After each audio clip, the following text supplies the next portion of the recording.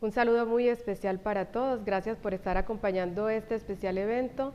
Quiero expresar mi gratitud al doctor Gonzalo Vélez, presidente de ASMEDAS, también a toda la junta directiva, al comité organizador y en memoria del doctor Germán Reyes.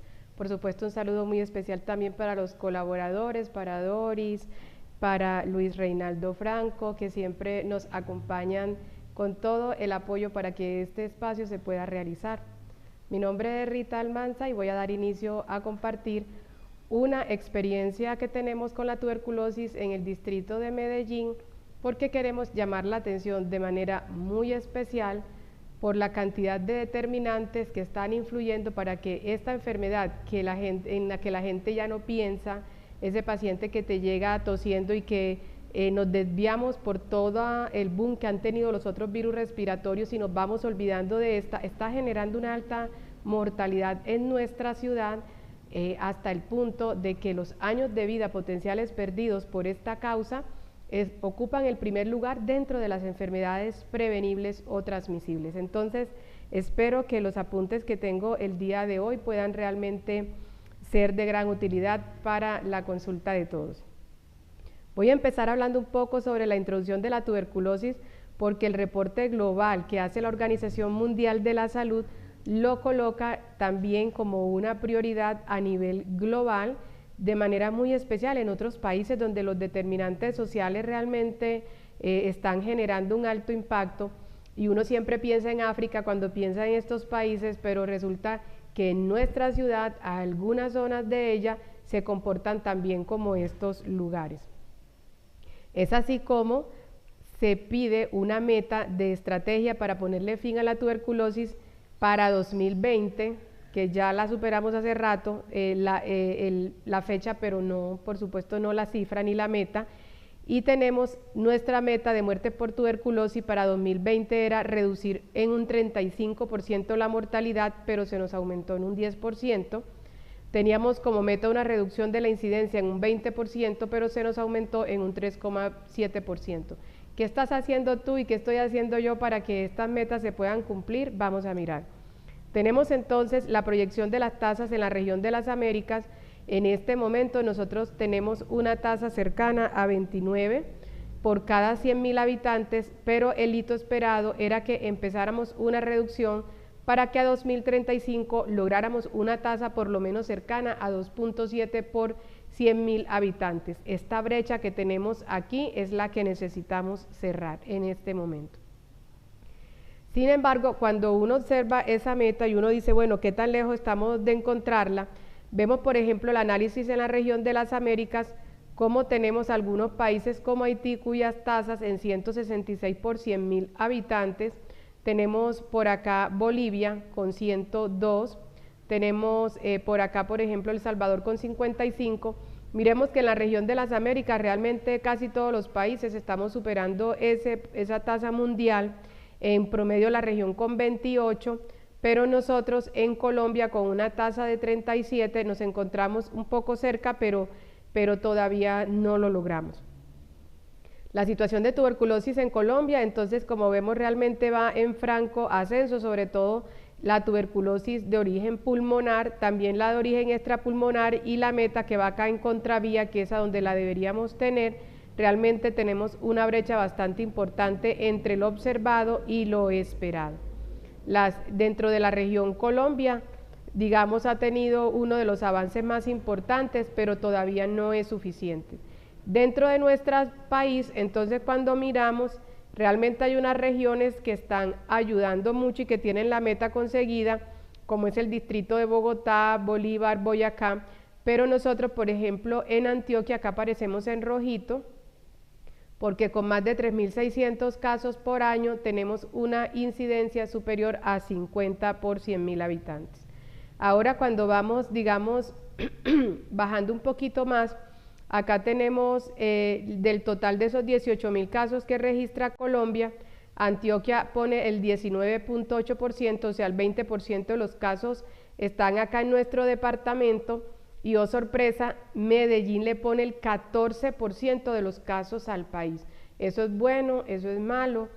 Realmente diagnosticar es algo muy bueno. Cuando tú diagnosticas un paciente, cuando lo encuentras, cuando piensas en eso, le estás dando la oportunidad de cortar las cadenas de transmisión siempre y cuando reportes ese paciente para que pueda acceder a nuestro programa de tuberculosis. Es fácil, dentro de tu institución solo tienes que informarlo a epidemiología, ellos se encargan de todo, tú no tienes que salir del consultorio, nosotros nos encargamos de que le llegue el tratamiento, nos encargamos de visitarlo en su casa, de evaluar su familia, sus hijos, su esposa, su esposo, sus vecinos, las personas con las que trabaja, para justamente verificar si ha habido o no transmisión y entregar elementos de educación que pueden ser importantes. También acompañamos a la familia en ese proceso porque es una noticia que se recibe con alto impacto y que les va a permitir saber cómo manejar o informar alguna complicación. Posteriormente hacemos 2 visitas durante esos 6 meses de tratamiento para mirar, observar si está teniendo RAFAs, algunas reacciones a esos medicamentos y poder revisar los esquemas. Entonces Medellín, cuando ya lo vamos aterrizando un poco más acá a la región, dentro de nuestro departamento, lo que observamos es que Medellín le pone el 60% de los casos al departamento de Antioquia. Eso está dentro de lo esperado, nuestra población es un poco más del 50% del departamento, pero en proporción de casos estamos colocando el 62%.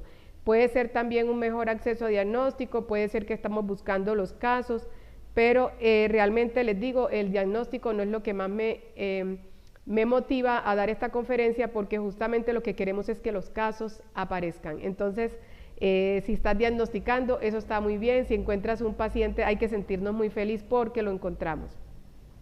Yo quiero llamar la atención hoy sobre la mortalidad, porque de nuestros pacientes de tuberculosis pulmonar, el 51% han estado hospitalizados y el 85% de la extrapulmonar. Esto quiere decir que de manera ambulatoria yo solo estoy encontrando la mitad de los casos. Entonces, de cada 10 pacientes que se diagnosticaron, 5 los encontraste muy juicioso en tu consulta externa. Paciente que llega con síntomas respiratorios, le preguntaste hace cuánto lo tiene, paciente que tal vez te dice es una gripita madura, llevo 2 semanitas con ella, o es mi tosecita normal porque tengo EPOC, y ese tú lo encontraste. Pero el otro 50%, los otros 5 pacientes, fue durante la hospitalización en una complicación. Ya le hicimos el rayos X y nos dimos cuenta que tenía cavernas. En la extrapulmonar es un poco más difícil el diagnóstico. 8 de cada o casi 9 de cada 10 pacientes están siendo diagnosticados en la hospitalización. Y eso realmente es grave. Tenemos entonces la incidencia del número de casos por todas las formas. Medellín está diagnosticando hasta el año 2019 un poco más de 1.700 casos por año, y nosotros pasamos a 2023 a diagnosticar más de 2.500 casos por año. Este ascenso que se da y que coincide con la pandemia es tal vez porque en ese momento los síntomas respiratorios pasaron a un lugar más privilegiado. Todo el que tosía, todo el que tenía un síntoma respiratorio realmente llamaba la atención, y la gente ya no creía que su tos era una tos normal, que es la tosecita de siempre, sino yo quiero saber si tengo COVID o no, y en ese orden de ideas la gente accedió más fácil a diagnóstico. Pero si miramos nuestro canal endémico de tuberculosis, recuerden que un canal endémico toma la información de 5 años por cada semana del año. Acá están las semanas de la 1 a la 52, hacemos unos rangos de tolerancia, que es lo esperado por semana. En Medellín es esperado alrededor de 30 casos de tuberculosis. Si se me pasa de 30 estoy en alerta, si me pasa de 40 estoy en brote. Y Medellín, según este canal, todo el 2024 ha estado realmente en brote. Ahora, ¿dónde están los casos? Entonces, si observamos en el mapa, hemos puesto un puntito por cada lugar de la ciudad donde hay casos de tuberculosis, y observamos que las zonas, digamos, rurales, como tienen, digamos, más espacio, hay menos hacinamiento, hay menos posibilidad de transmisión, excepto la comunidad de Alta Vista, que sabemos se comporta como una comunidad, digamos, urbanizada, y también en nuestro corregimiento de San Antonio de Prado, en algunos de los sectores que también son muy urbanizados. Excepto ellos, lo que observamos es la mayor mancha en nuestra región nororiental, y siempre los discursos se van a eso, pero quiero llamar la atención porque no son los únicos afectados. El Centro Oriente, todo lo que es Villahermosa, también está altamente afectado, y en la parte occidental vemos cómo hay una gran concentración de casos en lo que es 12 de octubre y Castilla. Acá a la derecha lo observamos por tasa porque nuestras comunas tienen diferentes tamaños de población, entonces usamos la tasa para poder comparar. La Candelaria, que es el centro, miren acá, aparece, se ve como menos puntitos, pero tiene menos habitantes. Entonces, respecto a las tasas, la Candelaria va a tener la mayor concentración, seguido de Santa Cruz, Manrique, Villahermosa, Popular, Aranjuez y Robledo. Entonces van apareciendo otros nombres que a veces no teníamos en cuenta. Lo que vemos en pantalla es el seguimiento que hacemos de las cohortes de pacientes. Seguimos los pacientes durante todos los meses de tratamiento. Esta es la cohorte que va de 2001 hasta la fecha, hasta 2021, que es la última cohorte evaluada. Y lo que observamos en azul, entonces, son nuestros pacientes curados, pero acá en naranjita los pacientes que tienen tratamiento terminado. Es decir, todo este bloquecito logró finalizar su tratamiento. La diferencia es que el azul se le tomó una vaciloscopia al final del programa y con eso dijimos está negativo, realmente se curó, y estos no le ordenamos la vaciloscopia, llamo la atención también sobre eso. Pero tenemos también unos pacientes aquí en amarillo que les perdimos el seguimiento, se nos desaparecieron, y unos pacientes aquí en azul que realmente se trasladaron de ciudad, se fueron a otro lugar a recibir su tratamiento. Ahora vamos a ir entrando en materia y vamos a hablar un poco de la mortalidad, porque nuestras tasas de mortalidad han pasado entre 2015 a 2022, las duplicamos. Es así como teníamos una tasa de 5,7 por 100.000 habitantes y ahora tenemos una tasa de 10, con 272 defunciones. Entonces, cuando sumamos que una persona tiene una expectativa de vida más o menos de 75 años, si yo me muero a los 5 años, dejé de vivir 70 años, lo que hacemos es sumar todos los años que potencialmente se dejaron de vivir en ese escenario hipotético de que yo iba a vivir mi expectativa hasta esa edad, y cuando sumamos todos esos años y quitamos los accidentes y los homicidios y dejamos solo estas causas que son de prevención, que se pueden prevenir, tuberculosis lidera la primera posición en el distrito. Otras causas como tosferina, como infecciones respiratorias vienen en disminución, pero tuberculosis está en este momento aportando el mayor número de la mortalidad. Entonces vamos a analizar qué está pasando. Lo que vemos en pantalla es un análisis que se llama análisis de serie de tiempos interrumpidas, y se hace para comparar dos periodos del tiempo, porque nuestra vida es antes de COVID y después de COVID, puesto que COVID marca un hito y es un cambio en la forma de vivir, en la forma de consultar. Entonces hicimos una comparación.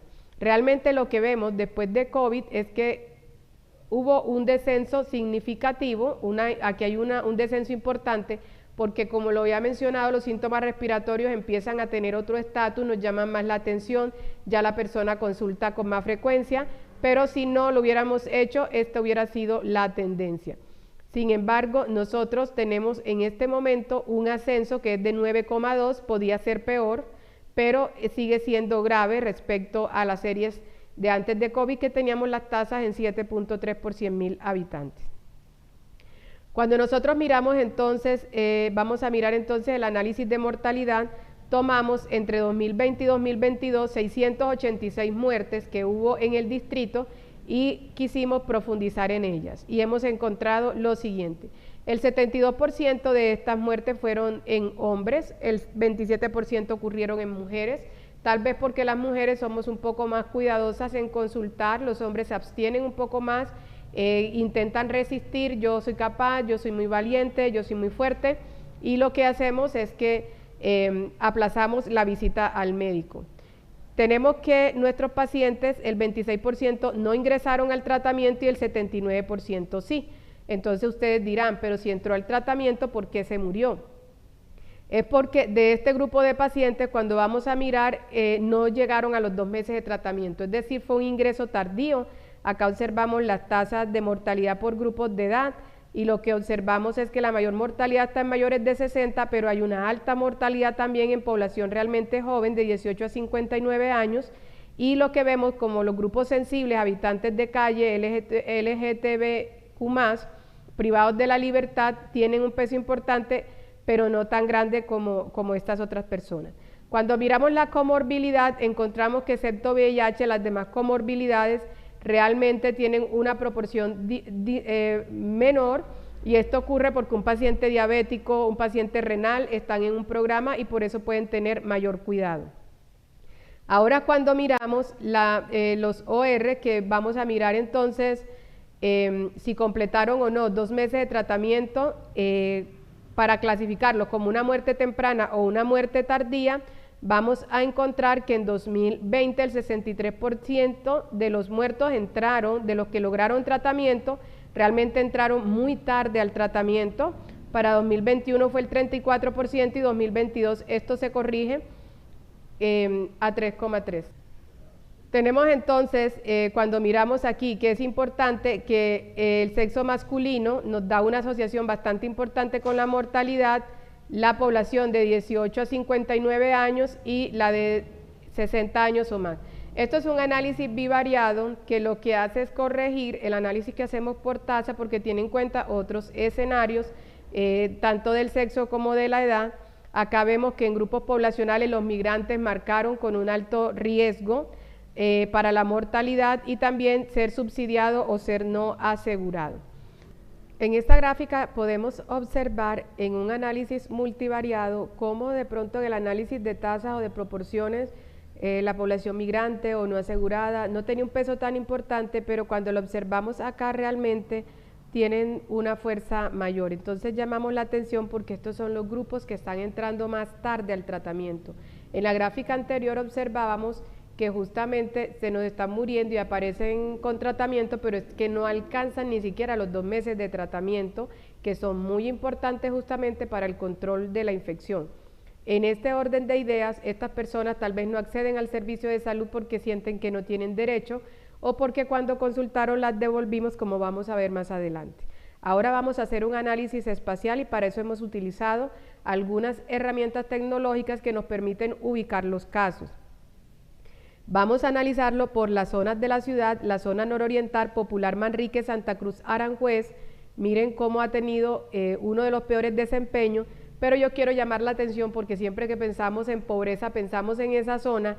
Sin embargo, el mayor peso acá lo tienen La Candelaria, Villahermosa y Buenos Aires, con una tasa que superan los 15 pacientes por 100.000 habitantes. Entonces, esta mortalidad es realmente importante porque tienen una carga respecto a las otras zonas. Por ejemplo, miren esta brecha que existe entre la centro oriental y el Poblado. Ojalá todos estuviéramos como el Poblado, no estamos diciendo que ojalá el Poblado se empeore, no, ni más faltaba, sino que estas brechas hay que cerrarlas favorablemente para nuestros pacientes. Las personas que viven aquí tienen los mismos derechos de las personas que viven acá. Sin embargo, miren la carga de enfermedad que están teniendo nuestra zona 1 y nuestra zona 3, y sobre eso también quería llamar la atención. Acá lo vemos de forma individual, miren La Candelaria cómo se ve en franco ascenso, miren acá el corregimiento Altavista, acá se ve Poblado muy bajito, ojalá todos estuviéramos así, y acá vemos Santa Cruz también cómo van en ascenso franco. Pero cuando hacemos un análisis de conglomerado, que es importante porque no tiene en cuenta solo el número de habitantes, sino también, tiene en cuenta el número de habitantes y tiene en cuenta las tasas, acá podemos ratificar entonces cómo nuestras comunas del centro oriente están siendo tan afectadas. En las investigaciones epidemiológicas de campo, que son las visitas que hacemos en la casa de los pacientes, hemos encontrado también algunos hallazgos muy importantes. Ese paciente que usted no reporta y que nosotros visitamos, en el 91% de los casos hemos visitado a los pacientes todavía vivos, pero en el 8% de los casos hemos encontrado a los pacientes ya realmente fallecidos, una cobertura cercana al 82%, tenemos muy buena capacidad para visitarlos, por eso es tan importante que nos notifiquen. Hemos hecho 4.502 investigaciones de campo y esta información que voy a presentar, que es nueva para ustedes tal vez, verla así agrupada y publicada, tiene unas variables muy especiales de nuestros determinantes sociales. El 10% de estos pacientes no sabían leer o escribir, el 11% vivían en hacinamiento y un 67% estaban clasificados como estrato bajo. 20% de las personas no tenían empleo y un 93% no tenían subsidio. De todas estas personas, 35% no tenían salario y 30% recibían menos de un salario mínimo. Si usted se queja de que no le alcanza para pagar las deudas con el sueldo que tiene, imagínese uno con menos de un salario mínimo. Acá vemos la ocupación y la mayoría de los pacientes desempleados o amas de casa que siendo un empleo tan fuerte no recibe un salario. Acá vemos, les voy a dejar esta tabla como ustedes la pueden solicitar, entonces no voy a hacer mucho énfasis. Nuevamente los grupos poblacionales que les dan un peso mayor: desplazado, ser migrante o víctima del conflicto armado. En las condiciones de vida lo que vemos es que un 58% conviven cerca de 3 personas, un 33% entre 4 y 10, imagínense el hacinamiento, y un 11% con un hacinamiento franco. Lo que vemos entonces en cuanto si son alcohólicos o farmacodependientes, realmente son variables que no les encontramos mayor peso, pero sí pacientes con barreras invisibles que estaban siendo afectados al momento de acceder a esos servicios de salud. Esto creo que es la diapositiva más hermosa que les puedo traer, porque es que aquí todos tenemos que aportar. Miren, las personas que nosotros captamos en ese grupo de pacientes habían tenido el 25% entre 3 a 5 consultas, es decir, llegó 5 veces tosiendo y usted nunca le preguntó cuánto llevaba con esa tos, o el paciente le dijo es que es mi tos normal, o es que yo tengo EPOC, entonces es normal que tosa, y el 5.4 tenían entre 6 y 10 consultas. Entonces, ¿por qué se murieron? ¿Por qué no consultaron? ¿O porque yo lo tenía enfrente y no lo vi? Hoy lo que quiero hacer es una reflexión muy importante, porque muchos de nuestros pacientes tienen dentro de sus hallazgos unas condiciones nutricionales además perversas, y voy a presentar aquí rápidamente. Esto es un estudio de la sinergia mortal entre la desnutrición y la tuberculosis. Realmente yo creo que no tengo que explicarlo mucho, porque todos sabemos que parte de la recuperación del paciente es un buen estado nutricional, o si hubiera tenido un buen estado nutricional tal vez no hubiera desarrollado una tuberculosis. Y aquí encontramos lo siguiente: los pacientes con bajo peso, encontramos 1.235 pacientes, es decir, el 27% de los que pudimos evaluar, de los 423 que pudimos evaluar que tenían esa variable, tenían un índice de masa corporal bajo grave, el 45% tenían bajo moderado y un 23% bajo leve. Miren la gravedad de la situación.